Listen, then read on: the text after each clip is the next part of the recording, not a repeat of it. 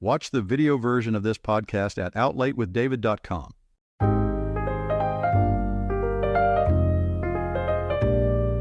Hi, I'm David Cotton. I'm a father, a brother, a son. I'm a retired U.S. Air Force Brigadier General, a former senior executive in the Department of Defense, a corporate vice president, and now a life coach. At the age of 59, I told my wife, my kids, and the world, I'm gay. Join me as I talk with others who've made this coming out journey late in life to become who they really are. You're listening to Out Late with David. My guest today was once a conservative Christian evangelical leader, a respected businessman, and a married father of 6 while living deep in the closet. Over the years, he survived a bankruptcy, a messy divorce, and a massive heart attack before coming out publicly as a gay man. Joining me from his home in Virginia Beach, Virginia, David Nygaard.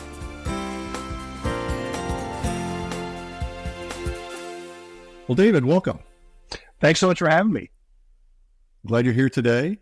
Looking at your background, your story reads like a soap opera comes to mind, and I want to get to all the twists and turns. But first, I want to start with when you first knew you were gay. How old were you? How did you know? Well, I think most of us have a similar story. We grew up in an age where it was both illegal and a mental illness to be gay. So I think we tended to kind of run away from those feelings. But I remember always being, and it wasn't necessarily sexually attracted, but I think always had kind of an affinity or an attraction to guys really when I was very young, probably 6, 7, 8. And so I think, but of course you don't have a word for it and you don't really know what that is. And so I think we all have that. And then as we get older, and mature, we begin to get more of an understanding of what that is, but we still often don't have the language to put with it, I think. How did you recognize that attraction at that early age? Gosh, I don't know. I guess I just remember watching TV shows and thinking that would be cool to be in that TV show, whether it was Courtship of Eddie's Father or I remember Man from U.N.C.L.E. Or some of those types of shows, and you think, oh, that'd be kind of cool to be in that kind of environment as a kid, and I think you kind of had that when you're younger, but you don't really understand it. And then as you get older, and you get into the puberty, you begin to recognize, oh, maybe I'm being turned on by this. Maybe I'm attracted to this, to guys. And so I think that's when the kind of the awakening comes in. And in our generation, we didn't really have words for a lot of it other than just a great deal of negative connotation. Did it change your behavior, how you acted as a youth? I think for me, I tended to kind of run away from it and just kind of suppress it and ignore it. So no, it didn't really change my behavior. For instance, I would go out on dates with girls in high school, and so I hung around my guy friends and we had a good time. And so it didn't really change my behavior so much, but it was just something that I was a pretty normal teenager, I think. I know for me, I put on what I'd say is a 3-foot mask that developed over time and just kept building up layers to where once I came out, I realized that I built that protective layer out there to keep myself small in some ways and not known, but I didn't know what known from. Right. So. Right. I think that's true too. And I would say that you do wear the mask, but I didn't really feel at the time, looking back, I don't think I felt like I was wearing a mask. I felt like I was just trying to figure out who I was in the context of friends and family. Yeah. I didn't know my mask was there until later on is when it came around. Yeah, so. I would say the same thing. So as I understand, you grew up in a deeply religious church environment. How did that affect your attitudes about being gay? So the truth is that I was not raised in the evangelical community. I was not raised in a deeply religious family. I turned to my faith I turned to evangelical Christianity as a way to, I think, escape A, the depression, B, the needing that sense of belonging. And so my parents were not evangelicals growing up. My dad was a Navy captain, and they were traditional Christians, but they were not evangelical. They were not a part of the evangelical movement. I got connected to an organization called Campus Crusade when I was in high school, and got involved in the evangelical community through that organization. How did you think that would round you out, or what were you seeking when you went after that? I think on the one hand, you feel like, okay, I'm going to pray the gay away. And on the other hand, it provides a community of people that you're now a part of. Even though it's very anti-homosexual, it's very accepting, and was just kind of a great community to be a part of at that time in my life. Establishing great male friendships, if that makes sense. And so I think this idea of being gay, sometimes we don't have quality male friends when we're kind of quote unquote hiding. And I guess in that context, it probably gave me the opportunity to have good quality male friendships that were safe. Okay. All right. So then how did you meet your wife, and then what was your marriage like? Well, we were actually very happily married. I met on a blind date. I was working as a youth director at my church, and she was a youth director at her church up in Delaware. And her cousins were good friends of mine, and they introduced me to her. We met on a blind date. We started dating. We went out. We went out on a couple dates, and then we just continued to keep dating. And within about a month and a half, 2 months, I guess about 2 months, we were engaged, and we were married 6 months to the day that we met. And I was about 28 years old, so I had been, I had not really had a serious girlfriend or dating relationship until that point. But in those days, within the evangelical community, you tend to not have those, relationships, dating relationships, because we're all being spiritually holy, right? If that makes sense. And so within that community, I fit in really well because I hadn't dated. I was a virgin when I got married at 28, we had many great years together in our marriage. So, did you feel that was the way you had to be to live your life, or that you wanted to be?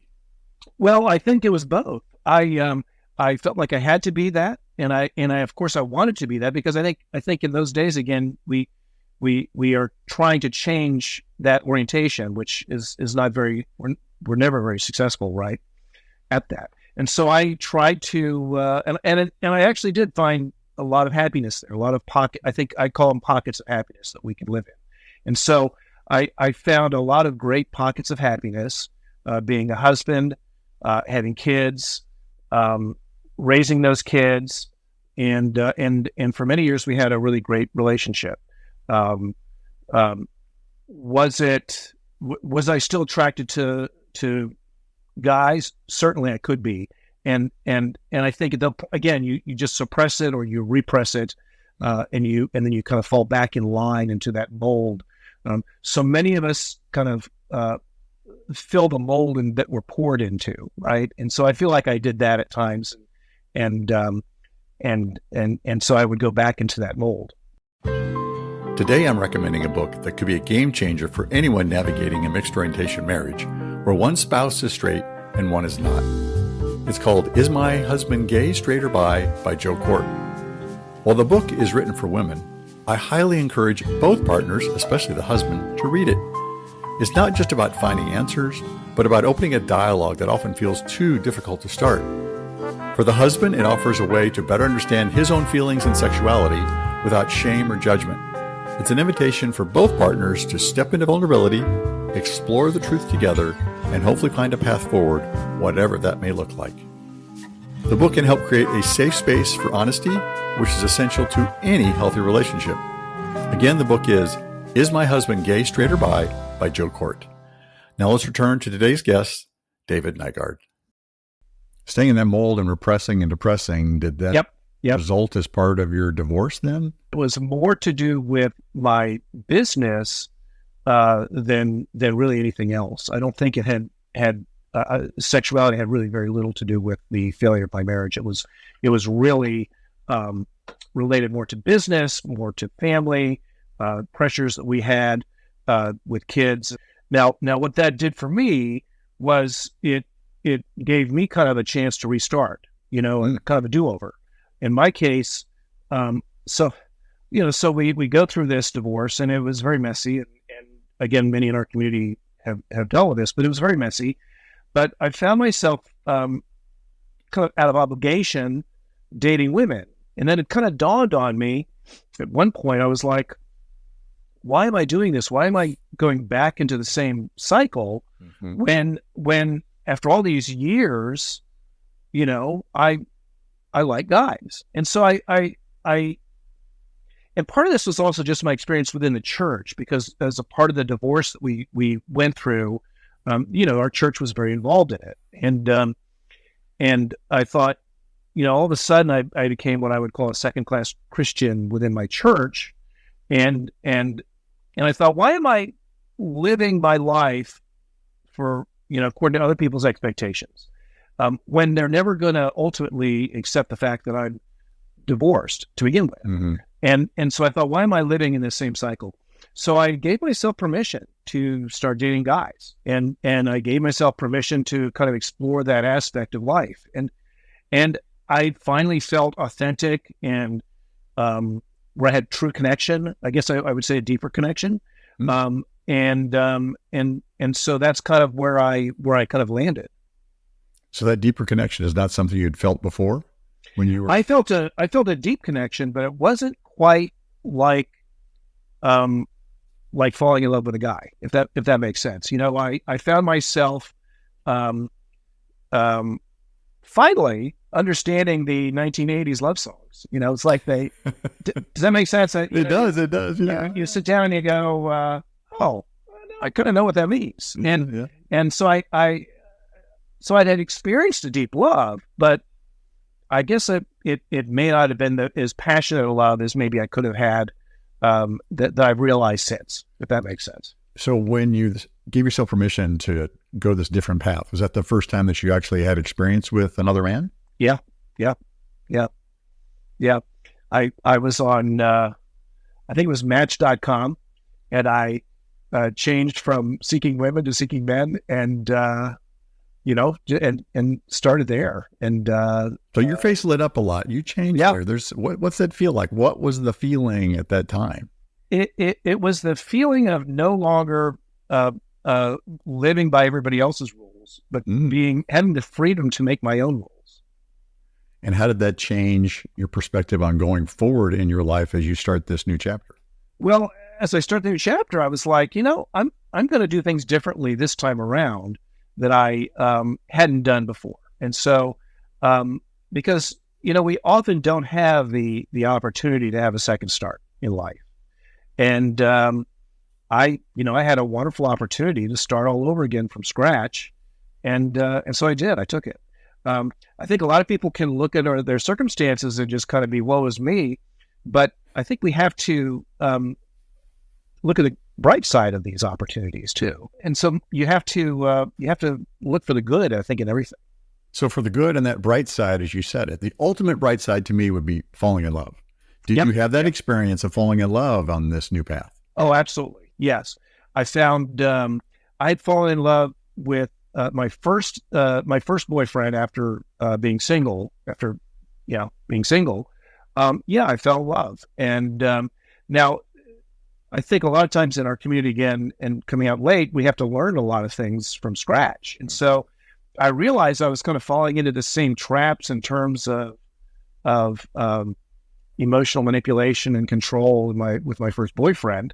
But it also was a brand new experience for me. So that first relationship was probably about 18 months. And then after that, I was single again and really enjoyed the opportunity to go out and meet a lot of different people and date and hear stories and just genuinely connect with other guys that are gay, that are going through similar circumstances. Some of them are older, some of them are younger. I tended to drift towards more younger guys, and I don't know if that's because just of my life experience that I kind of stopped growing at a certain point.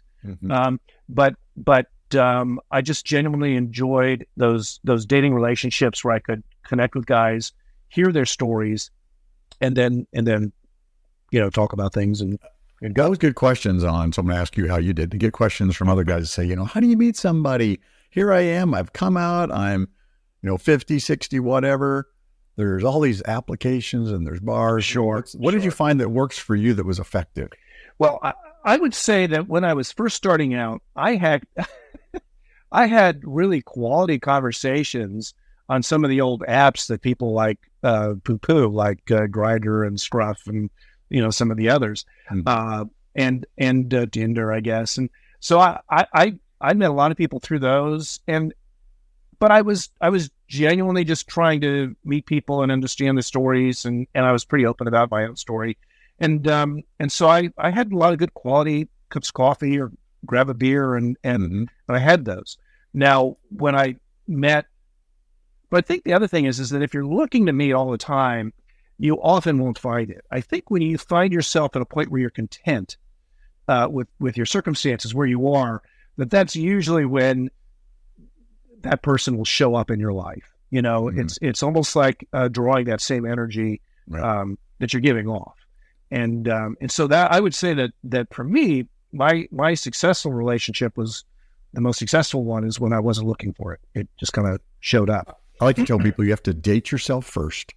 Yep, I agree. And really understand yourself first. Be comfortable with yourself, where you are, figure out what you're looking for, and then try to date others. If you do it the other way around, the vibes you're sending out is not necessarily the right. Yeah, and I think so much of the dating and what I enjoyed in dating is getting to connect with another guy and hearing their story, gaining their perspective, whether I was going to date them or not, but it was having a relationship with them that wasn't fundamentally about a dating relationship or about sex or about anything other than just, hey, we're just getting together, we're talking, and we're having that type of connection.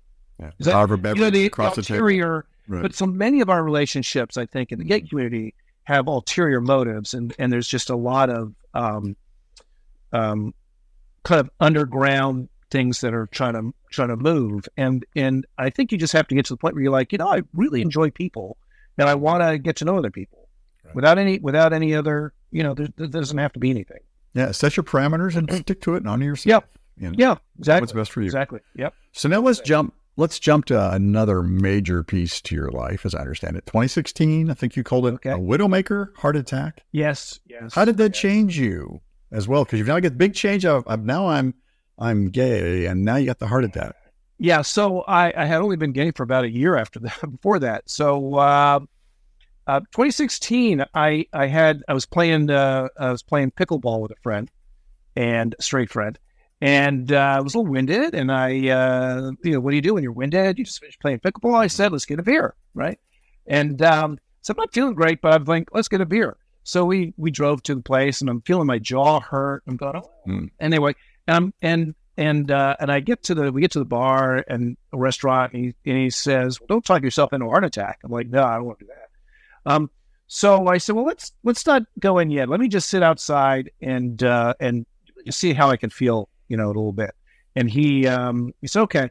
Then I said, I really feel sick to my stomach. And he said, well, let me drive you to the hospital. I said, no, just call an ambulance. I don't want to throw up in your car, which is a good thing because he called the EMTs, and they came and picked me up, and I coded in the ambulance and didn't realize it. And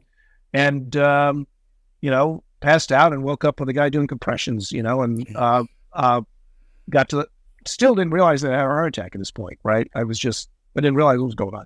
And, but I had 100% blockage of my LAD, which is called the widowmaker. And they tell me about 25% of people survive that. So. Well, I'm glad Yeah. you're here today. Now that It's you're nice to be here. just healthy and animated, Yeah. living It's this nice new to be path. here. Yeah, exactly. Yeah. It would have been kind of sad if I had ended in 16 without, but no, I've had some great years since then too. Probably my best years. So what did change? What's the best years? What changed to make it the best years after that? I think for me, it was just learning to live authentically as myself, for myself to not live by other people's rules and rules to make us happy. And so I found myself deciding that I was going to kind of rip. In my case, I wanted to rip the Band-Aid off. One of the things for me was so many people knew me through my business, and a lot of people knew me. And so when I would go out to dinner, and people that I would casually see would stop at a table and say, "Hey, how are you doing? Blah blah blah.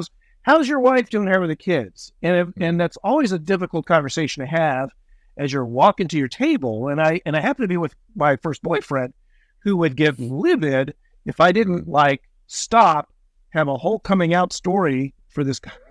Right? And it was just, but you don't do that in polite company. You don't walk to the table and have this big bombshell. "Oh yeah, Gina and I are divorced, and this is my new boyfriend, and things are great."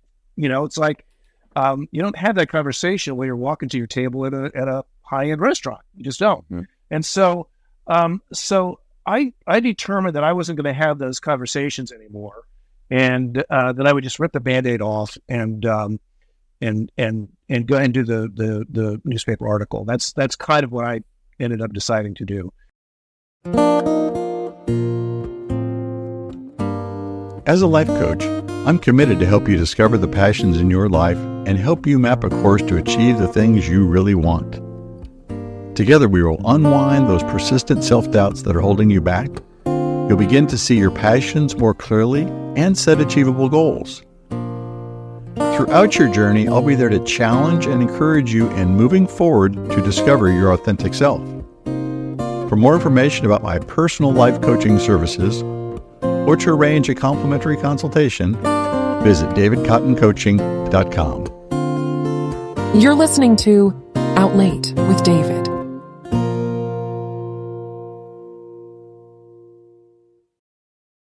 I had also had kind of a nightmare, because I was this evangelical Christian, conservative Republican, and active politically in the Republican circles. So I was the second district elector for John McCain, and it was at the 2008 and 2012 Republican conventions. And so I was involved politically, and I had this nightmare one morning. My dream was that I was running for Congress as an openly gay conservative Democrat. And I was just terrified of that, because I was still kind of closeted. And then I began to realize that if I ever did want to run for Congress, then I would have to run as a conservative, openly gay Democrat, because you couldn't do that in the Republican Party. And so having had that nightmare became my dream, and I ended up actually doing just that. Was running for for Congress as a openly gay Democrat. I joke to people. I say I changed teams. And I have changed teams. I've changed teams of several different ways. But I changed the parties, and I realized that, well, if I'm going to become a Democrat, get involved, I've got to play by their rules. And so I accepted their ruling that they didn't want me on the ballot, and I decided, okay, I'm going to run for city council, and I did, and I ran, and I won, and I was the first openly gay city council member for Virginia Beach history. So. I didn't serve the full term because I ended up it just became too much with family and it just got really messy. I just decided to go ahead and go off council and at the time I was in a new relationship and in hindsight I'm kind of glad that I gave up the seat on city council, because it really allowed me to have a new relationship. So let's jump quickly back to the kids. Yes. You talked about the heart attack and your realization. When did you come out to your children that dad is, as you said, switched teams and is gay? Yeah, so I think my kids might have started to suspect it because I had I had a gay roommate who was not a partner of mine, but he was another single dad who was a good friend, became a good friend of mine, and in many ways a mentor. And he was gay. And so I think that they may have suspected as a result of that relationship. And then when I started dating my first boyfriend, I think that's kind of when I finally, expressed to them, hey, this is kind of what's going on. And how do they react to that when you told them? They were pretty good. I mean, they didn't really, they didn't react badly. They just kind of took it in stride. I think they had some questions, and so it helped them to process kind of how things were going, in my life anyway. And so I think it answered some questions for them. Did you ever have to sit down with your ex-wife to tell her that you were gay? No, I found that it was best to not have any contact. The relationship with my ex-wife was so toxic that it really doesn't lend itself to any communication. And my kids really have slowly been coming back to me, but I don't have any contact with my ex-wife at this point, and have no desire to. That's in the past, and she's not my friend. So many are friends with their ex-wives, and that's great. But in my case, she is not my friend. And it just was a very, very toxic relationship, and particularly the way it was divorced. So, yeah, I've heard the story from many where that, and you just have to be patient. It may change in the future, or it may not. But I doubt it. Yeah, and I'm perfectly fine if it doesn't. I'm done. Good approach. So you've been through all these changes in your life. You had a major health thing. Your business structure changed with the bankruptcy and the recasting your future. Yep. Now you're, I'm guessing, close to 60 or so. Yeah, I just turned 60. Happy birthday. Yeah. So what's your life like now? I'm in an age gap relationship, and we started back in 2018, and we have a great relationship. Like many age gap relationships, we went from living in the same town, but because of divergent careers, we ended up in a long distance relationship, and we've just been committed to making that work. So if I may ask, you mentioned age gap and younger. Yep. May I ask how much younger? So we have a 27-year age gap, and which is the biggest age gap I've had. Most of the guys I've dated have been within 20 years, but this is the biggest age gap I've had. And I'd say it's the most unorthodox relationship, but it's also the most healthy relationship that I've had. And we have the best communication. We have the best connection. We are on the same page. I tend to be, as an entrepreneur, open to change and new things. And my partner is more of an old soul. And so we work out really well, Yeah. I've seen another age gap. It's kind of like each partner brings something the other doesn't have. Exactly. One is the youth and some maybe excitement and things that the older hasn't. And then the older has the wisdom and experience. And together they have this interesting mesh of how they work as a couple. Yeah, exactly. And it's great to be part of a couple, but to still be a whole person. So often I think you end up as a couple and you're still just half a person. And I felt like that in my marriage, that we were maybe, that I wasn't a full person. I was a half of a couple, right? And in this case, I feel like I'm a whole person, but in a relationship. You've got to be committed to allowing both partners to grow where they are. So many of the relationships, I think, in age gap, the older kind of stifles the growth of the younger, in the sense that that the older guy takes care of the younger guy and they don't even have a career, right? And I had dated some guys where that they wanted to be kind of a house husband and they were younger. And I was like, yeah, I don't really want any more dependence. And so I think, right, some of these relationships are a little dysfunctional. Okay. And I think we see that. In Mike, I think to have a healthy one, you have to allow both of you to grow. And particularly if you're the older one, you've got to recognize that if you want a younger guy who's got a career and not become some dependent, you've got to give the flexibility for them to have a career, right? Mm-hmm. And grow in that career. And that's probably going to mean you're going to end up in a long distance relationship at some point. So secondly, then once you do find yourself in this long distance, I think you've got to be committed to spending the money to travel. So many guys end up in these long distance relationships, but they're not committed to actually being with that person face to face and spending the money to travel. Yeah. So in our case, we travel back and forth probably 2 or 3 times a month, which isn't easy. But again, with my new business model, it gave me the freedom to be able to block out those weekends that I'm traveling. What advice do you have for gay men who are living in a marriage and maybe afraid to come out? Well, I think you've got to come to terms with it yourself. And I would say find a good therapist to kind of unravel a lot of your own internal feelings and struggles. You've got to find a good therapist to talk some of that through. And then at some point, you're going to have to come to terms with the fact that you're in a marriage that's a mixed orientation marriage. And I would say have that same therapist help guide those conversations with your wife, because there's no point in living life with all these doubts and fears and really living by other people's expectations, and then find out that you're too old to actually, start life on your own. I think we wait too long. It's not that we get old too soon. It's that we start life too late, if that makes sense. It does. Well, thank you for that advice. That'll be very helpful. And thank you for sharing your story today. As we already know, these stories help others who are trying to understand themselves. They feel lonely and afraid. And by hearing your story and others, they feel comforted to know that they're not, and that there's hope for the future. Yep. So thank you, David Nygaard. It was wonderful speaking with you today. It's a pleasure. Thank you.